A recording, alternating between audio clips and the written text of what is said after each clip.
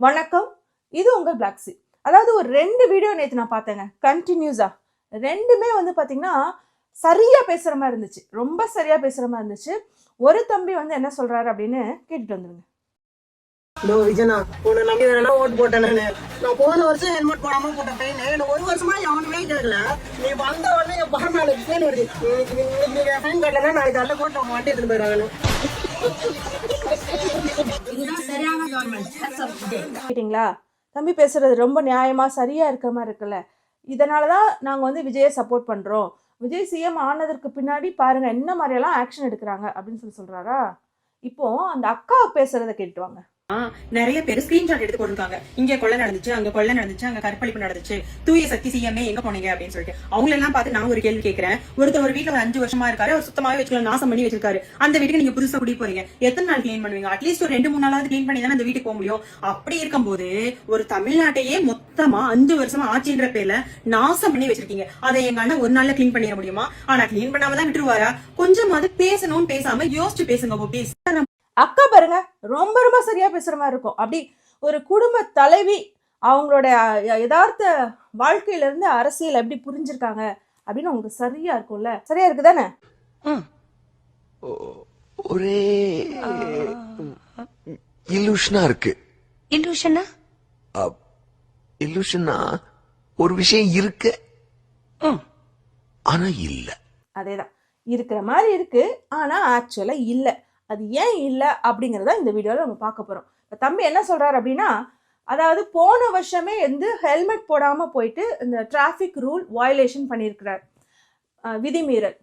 இப்போது அவருக்கு வந்து போன வருஷம் ஃபைன் கொடுத்துருக்காங்க, ஆன் த ஸ்பாட் வந்து அவர் ஹெல்மெட் போடலாம் அப்படின்னு சொல்லிட்டு. ஆனால் இப்போது விஜய் அவர்கள் சிஎம் ஆனதுக்கு அப்புறம் தான் கோர்ட்டுக்கு வந்து ஃபைனை கட்டுங்க அப்படின்னு சொல்லியிருக்காங்க. பார்த்தீங்களாமா எப்படி வந்து துரிதமாக வந்து சிஎம் அவர்கள் வேலை செய்கிறாரு அப்படின்னு சொல்லி தம்பியும் அவங்க அம்மாவும் புலாங்கதை மடங்கிக்கிறாங்க. என்னன்னா யூஸ்வலாகவே எந்த மாதிரியான இஷ்யூஸ்க்கு விஜய் அவர்கள் இதுக்கு முன்னாடி பேசி பேசி ஆட்சிக்கு வந்தார் அப்படின்னா, திமுக எதில் சரியில்லை அப்படின்னா, சட்ட ஒழுங்கு சரியில்லை, பெண்களுக்கு பாதுகாப்பு இல்லை, இங்கே குற்றம் நடக்குது அங்கே குற்றம் நடக்குதுன்னு சொன்னார். அப்புறம் பாட்டிலுக்கு 10 ரூபா அப்படிங்கிற ஒரு விஷயத்தையும் சொல்லி தான் இந்த ஆட்சிக்கு வந்து அதை பெருசாக ஆம்ப்ளிஃபை பண்ணி ப்ரொபகண்டா பண்ணி இந்த ஆட்சிக்கு வந்து உட்கார்ந்துருக்கிறார். சரியா? இப்போது அவர் வந்து இந்த 7 நாட்கள் 8 நாட்கள் ஆகுதுன்னு நினைக்கிறேன். அதுக்குள்ளே கிட்டத்தட்ட 24 கொலைகள் நடந்திருக்கு. நேற்று சீரார் கொலை, 2 சிறுவர்கள் சேர்ந்து இன்னொரு சிறுவனை அடிச்சே கொண்டிருக்காங்க. அந்த நியூஸ்க்கு ஒரு 2 மணி நேரத்துக்கு முன்னாடி ஒரு பெண்ணை வந்து அவனுடைய காதலனே வெட்டி வந்து கொலை செஞ்சது. வெட்டினா அதை ஏதோ கல்லால் அடிச்சு என்னமோ செஞ்சுருக்காங்க போல. அதே மாதிரி கோவில்பட்டி அப்படின்னு சொல்லிட்டு இந்த தூத்துக்குடி மாவட்டத்திற்கு உள்ளே இருக்கிற ஒரு ஊரில் பார்த்தீங்க அப்படின்னா அது ஆணவ படுகொலை. ஆனால் இது வரைக்கும் அது என்ன அப்படின்னு இன்ஃபர்மேஷன் வரல. இந்த மாதிரி கிட்டத்தட்ட வந்து 24-25 கொலைகள் நடந்துக்கிட்டே இருக்கு. இப்போது வேலாயுதம் என்ன பண்ணியிருக்கணும் அப்படின்னா, சிஎம் விஜய் அவர்கள் எந்த கேஸை இவர் ஆட்சிக்கு வந்தால் துரிதமாக முடிச்சுருந்துருக்கணும், எது ப்ரையாரிட்டி கொடுக்கணும், ஹெல்மெட் போடாத வயலேஷன் கேஸையா இல்லாட்டினா இப்போ நடந்துட்டு இருக்க இந்த கொலைகளுக்கா? அப்போ இந்த கொலைகளுக்கு நீ பொறுப்பே எடுத்துக்க மாட்ட அப்படின்னா, இந்த உடனே வந்து ஆக்ஷன் எடுத்துட்டாங்க, 1 வருஷம் என்னை வந்து ஃபைன் கட்ட வர சொல்லலை, அவ்வளோ மெத்தனமாக இருந்த திமுக ஆட்சி. ஆனால் விஜய் அவர்கள் வந்ததுக்கு அப்புறம் உடனே கோர்ட்டுக்கு ஃபைன் வந்து கெட்டு அப்படின்னு சொல்லிட்டு பழைய கேஸெல்லாம் முடிக்கிறாங்க அப்படின்னு ஒரு ப்ரொபகண்டா ஆம்ப்ளிஃபையிங் எப்படி நடக்குது அப்படின்னா, இந்த ரவுட் மாஃபியா மூலமாக நடக்குது.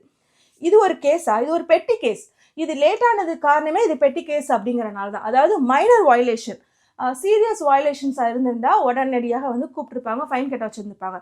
ஃபார் எக்ஸாம்பிள் ஒரு குறிப்பிட்ட பீரியட், அதாவது ஒரு ஹோட்டலியாக இருக்கலாம் இல்லை ஏர்லியாக இருக்கலாம், அந்த குறிப்பிட்ட பீரியடில் வர்ற கேசஸில் நம்பர் ஆஃப் கவுண்ட்ஸில் அவங்க வந்து செப்பரேட் பண்ணுவாங்க, மைனர் கேசஸ் என்ன மேஜர் கேசஸ் என்ன அப்படின்னு சொல்லிட்டு.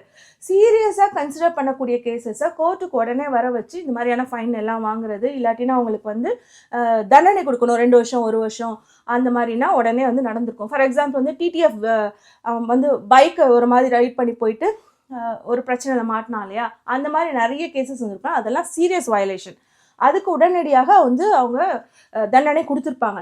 இதெல்லாம் ரொம்ப மைனர் அப்படிங்கிறனால ப்ரையாரிட்டி படி 1 by 1 டேட் டேட் படி அது வந்து பார்த்தீங்கன்னா பேக்லாக் ஆகியிருந்திருக்கும், நிறையா இருந்திருக்கும். அதில் டேட் படி வந்து வரும்போது கரெக்டாக இப்போது இவர் விஜய் அவர்கள் ஆட்சிக்கு வந்ததுக்கப்புறம் இவனுக்கு ஃபைன் வந்திருக்கே தவிர, விஜய் அவர்கள் வந்து எல்லாத்துக்கும் உடனே ஆக்ஷன் எடுங்கன்னு சொல்லி அப்படிலாம் ஒன்றும் இல்லை.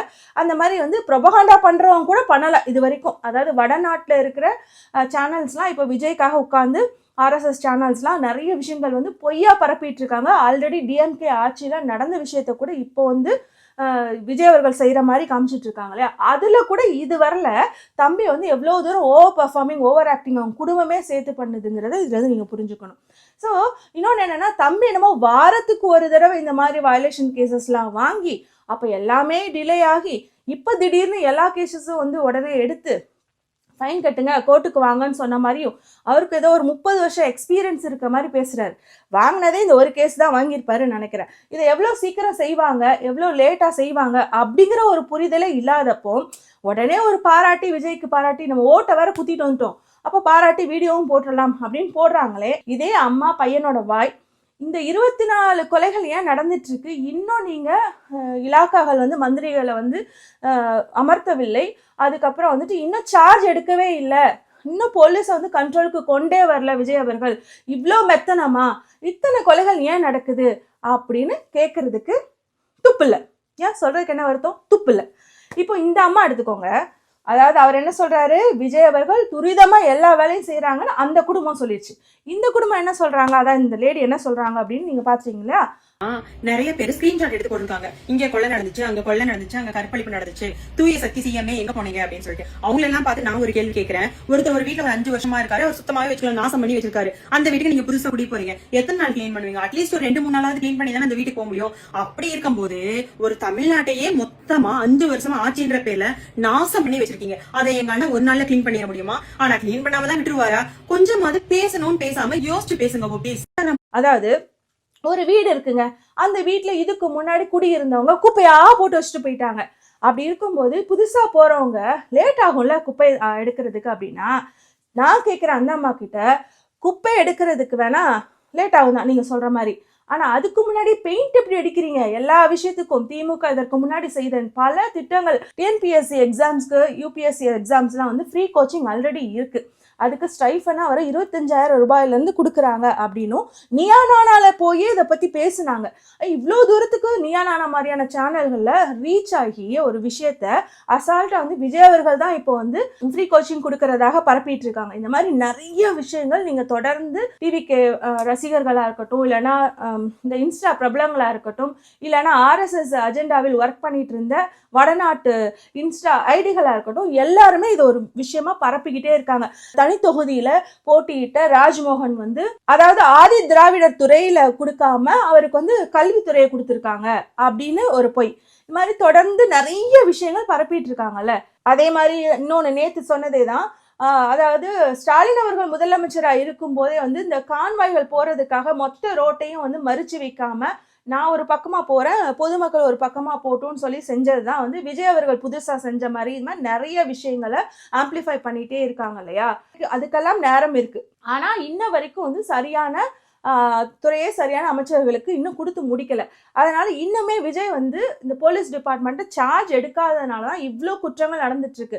இதை தாண்டி வந்து சில குற்றங்கள்லாம் பார்த்தீங்க அப்படின்னா, விஜய் அவர்கள் முதலமைச்சர் ஆகிட்டாரு, எங்களுடைய தலைவர், எங்களுடைய சினிமா தளபதி வந்து முதலமைச்சர் ஆகிட்டாரு, நாங்கள் என்ன வேணால் செய்யலாம் அப்படின்ட்டு ரோட்டில் படுக்கிறது, பெண் போலீஸை வந்து தள்ளி விடுறது, இந்த மாதிரியான விஷயங்கள்லாம் பார்த்தீங்க அப்படின்னா அதுமே அதன் காரணமாக தான் இந்த சின்ன சின்ன குற்றங்களுமே நடந்துட்டுருக்கு. இப்போ பாட்டிலுக்கு 10 ரூபான்னு சொல்லிட்டு வர்றவர் பாட்டிலுக்கு 30 ரூபா 40 ரூபா வந்து அதிகமாக வாங்குறாங்க அப்படின்னு வீடியோஸ்லாம் எடுத்து நிறைய போட்டுக்கிட்டே இருக்காங்கல்ல.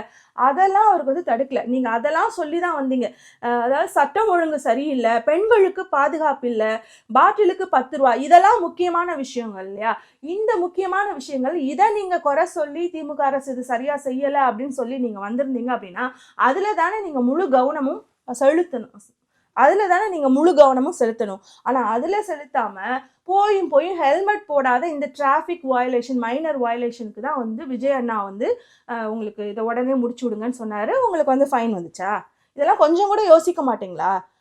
இதெல்லாம் யோசிக்காம தான் ஓட்ட குத்திட்டு வந்திருக்கீங்க. அதுதான் யோசிச்சிருந்தீங்கன்னா கண்டிப்பா வந்துட்டு விஜய் அவர்கள் வந்திருக்க மாட்டார். இன்னொன்று இந்த அம்மா சொல்லுதுல, அதுக்கு வர இந்த மாதிரியான குற்றங்கள், சமூகத்துல நடக்கிற குற்றங்கள் ஒரு அட்மினிஸ்ட்ரேஷன் சிக்கல், இது நடந்துட்டு தான் இருக்கும். அதை நம்ம குறைக்கிறதுக்கான சட்டங்களையும் திட்டங்களையும் தான் கொண்டு வர முடியும் அப்படின்னு உங்களுக்கு புரியலை. அதனால தான் வந்து கடந்த திமுக அரசை நீங்கள் குறை சொல்லி ஓட்டு போட்டீங்க. சரி போட்டீங்க, ஜெயிச்சிட்டாரு. ஜெயிச்சு அப்போ இவர் எந்த மாற்றமும் கொண்டு வரல அப்படின்னா மக்கள் கேள்வி கேட்க தான் செய்வாங்க. இதை செஞ்சு அதை செஞ்சான்னு யாரும் உட்காந்துட்டு டைம் கொடுத்துட்டு இருக்க மாட்டாங்க. ஏன்னா ஒவ்வொரு வீட்லேயும் உயிர் போயிட்டு இருக்கு, 24 பேர் இறந்துருக்காங்க அப்படின்னா சமூகத்தில் பதட்டமாக இருக்கும். அதனால கேள்விகள் வரதான் செய்யும். அதை விட்டுட்டு கேள்வியே கேட்கக்கூடாது, நீ யாருமா கேட்கறதுக்கு, உனக்கு என்னமா தகுதி இருக்கு அப்படின்னு வாயடிக்கிறது. அதுக்கப்புறம் இந்த மாதிரி வீடியோ போட்டு பழைய குப்பைங்க இருக்க தானே செய்யும் அப்படின்னு பேசுறது. அப்போ பழைய குப்பையை எடுக்காம உங்க அண்ணன் இந்த வெட்டி வேலை தான் பார்த்துட்டு இருக்காரா, இது ரொம்ப முக்கியமா அப்படின்னு நீங்க 2 பேருமே பேசிக்கோங்க. நாங்கெல்லாம் வந்து இடையில வந்து பாருங்க இப்படி ஒருத்தவங்க பேசுறாங்க, இப்படி ஒருத்தவங்க பேசுறாங்க, இருக்கு ஆனா இல்லை அப்படின்னு சொல்ல முடியாதுல்ல. நீங்க தான் திரும்ப திரும்ப இப்பதானே வந்திருக்காரு, அதுக்குள்ள கேள்வி கேட்க கூடாது, 6 மாசம் டைம் கொடுங்க, 2 வருஷம் டைம் கொடுங்கன்னு பேசுறீங்க. அப்புறம் நீங்களே வந்துட்டு எங்க அண்ணா அதை பண்ணிட்டாரு அதுக்குள்ள, எங்க அண்ணா இதை பண்ணிட்டாரு அதுக்குள்ள, எங்க அண்ணா அதை பண்ணிட்டாருங்கிறாங்க. உங்க அண்ணன் ஆக்சுவலா வந்து 8 நாள் ஆகுது. 8 நாட்கள்ல அதெல்லாம் பண்ணாரா இல்லை இதெல்லாம் பண்ண முடியாதா, நீங்க பேசி ஒரு முடிவுக்கு வாங்க. சரி அப்படின்னா அவர் பண்ணதெல்லாம் எடுத்து பார்த்தீங்க அப்படின்னா இப்போ அர்ஜென்ட்டாக பண்ண வேண்டிய விஷயமே இல்லை. அர்ஜென்ட்டாக பண்ண வேண்டிய விஷயங்கள் அவர் எதுக்கெல்லாம் ப்ராமிஸ் பண்ணிட்டு வந்தாரோ அதெல்லாம் தான். அதாவது 10 ரூபாவை 40 ரூபான்னு பாட்டிலுக்கு வாங்குறதா இருக்கட்டும், இந்த மாதிரி பெண்களுக்கு பாதுகாப்பு இல்லாமல் காதலனே வந்து நடு ரோட்டில் ஒரு பொண்ணை போட்டு அடித்து கொள்றதா இருக்கட்டும், சிறுவர்களை வச்சு தான் ஓட்டு வாங்கிட்டு வந்தார், அந்த சிறுவர்களுக்கே அங்கே பாதுகாப்பு இல்லாமல் சிறுவர்களே அடிச்சு வந்து செத்துட்டு போகிறதா இருக்கட்டும், இதுக்கெல்லாம் முக்கியத்துவம் கொடுக்கணுமா? இல்லை ரோடை சரி பண்ணுறேன், டிராஃபிக் நான் வந்து வயலேஷனுக்கு சரி பண்ணுறேன் இப்படிங்கிறது முக்கியமா? அப்போ எதுக்கு முக்கியத்துவம் கொடுக்கணும் தெரியாத ஒருத்தரை தான் நீங்கள் ஓட்டு போட்டு தலைவராக எடுத்திருக்கீங்களா, இல்லாட்டினா இப்படிதான் இருக்க போதா அப்படிங்கிறத நீங்க முடிவு பண்ணி எங்களுக்கு சொல்லுங்க. அதாவது இந்த சாலை விதிமீறல்களுக்கான நடவடிக்கைகளை உங்க அண்ணன் தான் எடுக்கிறாரு, ஆட்சிக்கு வந்ததுக்கு அப்புறம் அப்படி துரிதமாக செய்கிறார் அப்படிங்கிற அந்த மொத்த கிரெடிட்டையும் கொண்டு போய் உங்க அண்ணனுக்கு கொடுத்தீங்க அப்படின்னா இப்போ ஆட்சிக்கு வந்து இந்த 7 நாட்கள் இந்த 8 நாட்களுக்குள் நடந்த அத்தனை கொலைகளுக்கும் கிட்டத்தட்ட 23-24 கொலைகள் தமிழ்நாட்டில் நடந்திருக்கு. பெண்களுக்கு எதிராகவும் நடந்திருக்கு, குழந்தைகளுக்கு எதிராகவும் நடந்திருக்கு. அப்படியாப்பட்ட இந்த மாதிரியான சட்ட ஒழுங்கு விஷயங்களையும் உங்க அண்ணன் வந்து பொறுப்பேற்றுக் கொள்வாரா? அது என்ன கொள்வாரா? பொறுப்பேற்று கொள்ளணும். அதாவது ஏதாவது ஒரு பக்கம் உருட்டுங்கம்மா. ஒரு பக்கம் பார்த்தீங்கன்னா 7 நாட்கள்ல எப்படி முடியும் அப்படின்னு கேட்க வேண்டியது, இன்னொரு பக்கம் பார்த்தீங்கன்னா எங்கள் அண்ணன் தான் எல்லாமே செய்கிறாரு அப்படின்னு உருட்ட வேண்டியது. ஏதாவது ஒரு பக்கம் நின்று உருட்டணும். இல்லை உங்கள் அண்ணனுக்கு நிர்வாகத்திறன் இல்லை அப்படின்னா என்னெல்லாம் வந்து ப்ரையாரிட்டி, எதுக்கு முதல்ல முக்கியத்துவம் கொடுக்கணும்னு சொல்லிக் கொடுங்க. அதை விட்டுட்டு பாருங்க, அவர் சின்ன பிள்ளை மாதிரி சின்ன மைனர் கேஸ் எல்லாம் வந்து சரி பண்ணிட்டு இருக்கிறாரு. அங்கே என்னடானா கொள்ளைன்னு வன்புணர்வுன்னு நடந்துட்டு இருக்கு. அதனால நீங்கள் வீடியோ போட்டு உங்கள் அண்ணன் கிட்ட, அண்ணா அது முக்கியம் இல்லை, இதுதான் ரொம்ப முக்கியம்னு வேணா கொடுங்க. ஏன்னா நாங்கள் ஒத்துக்கிறோம் அவருக்கு நிர்வாகத்திறன் இல்லை அப்படின்னு, நீங்களும் அதை புரிஞ்சுக்கிட்டு வேணா சொல்லிக் கொடுங்க, எதுக்கு முதல்ல முக்கியத்துவம் கொடுக்கணும் அப்படின்னு சொல்லிட்டு சொல்லி கொடுக்குறீங்களா? 8 நாட்களுக்குள்ள எதுவுமே செய்ய முடியாது அப்படின்னு இருக்கணும். இல்லை 8 நாட்களில் உங்கள் அண்ணனால் இத்தனை விஷயங்கள் செய்ய முடியுதுன்னா மற்றதையும் செய்கிற மாதிரி இருக்கணும். ஏதாவது ஒரு பக்கம் உருட்டுங்க. அதாவது பார்த்தீங்க அப்படின்னா இந்த பெண்கள் வந்து கரெக்டாக வீட்டு பெண்கள் மாதிரி தங்களை வந்து காமிச்சிக்கிட்டு அவங்க உருட்டுறதெல்லாம் என்னன்னா கேஸும் வேண்டாம் காசும் வேண்டாம், அதுக்குள்ளே வந்து வீட்டில் இருக்க குப்பையெல்லாம் வந்து எடுத்துட முடியுமா அப்படின்னு சொல்லிட்டு ஒரு செட் ஆஃப் நரேஷன். அதாவது எங்கெல்லாம் விஜய் சம்பந்தமாக அவர் வந்து சட்ட ஒழுங்கை பாதுகாக்கலை, அந்த விஷயத்தை இன்னுமே சார்ஜ் எடுக்காம இருக்கிறாரு, இவ்வளோ குற்றங்கள் நடந்துட்டு இருக்கும்போது அதுக்காக எந்த விதமான அறிக்கையோ எதுவுமே கொடுக்காம அதை அமைதியாக நடந்துட்டு அது வாட்டில் ஒரு பக்கம் குற்றங்கள் நடந்துகிட்டே இருக்கு, அது வந்து சுத்தமாக அதை பற்றி எதுவுமே பேசாமல் விஜய் இருக்கிறாரு அப்படிங்கிறத மடைமாத்துறதுக்காக வந்துட்டு பழைய குப்பை அப்படின்னு பேசுறது, இந்த மாதிரிலாம் அது ஹைலி சென்சிட்டிவான இஷ்யூஸ். இப்போ கேஸ் வந்து 6 கேஸ் கொடுக்கல அப்படின்னா அது எவ்வளோ சென்சிட்டிவ் ஆகிடும். ஒரு 2000 ரூபா போடுறேன், 2500 ரூபா போடுறேன் அப்படின்னு சொல்லியிருந்தா அது கொடுக்கல அப்படின்னா அது எவ்வளோ ஹைலி சென்சிட்டிவ் ஆகிடும். இந்த மாதிரி விஷயத்தை மடைமாற்றுவதற்கு கரெக்டாக பெண்களை சூஸ் பண்ணி பேச வைக்கிறாங்க. இன்னொரு பக்கம் பார்த்தீங்க அப்படின்னா அண்ணா சாதனை செஞ்சுட்டாரு அப்படின்னு இந்த இன்ஸ்டாவில் இருக்கிற இந்த RSS அஜெண்டாவில் சுற்றிட்டு இருந்த ஐடிங்கெல்லாம் அவர் வந்து இதை ஃப்ரீயாக கொடுத்துட்டாரு, இதை மாற்றிட்டாரு, துண்டை எடுத்துட்டு டவல் கலாச்சாரத்தை எடுத்துட்டு நார்மல் சேருக்கு மாறிட்டாரு, கையிலே சாப்பிட்றாரு, வீட்டிலேருந்தே சாப்பாடு எடுத்துகிட்டு வர்றாரு. இதெல்லாம் ரொம்ப முக்கியமா நாட்டுக்கு? இதெல்லாம் ரொம்ப முக்கியமா? இப்படி ஒரு ப்ரொபகண்டா ஏதாவது ஒரு பக்கம் நின்று உருட்டுங்க.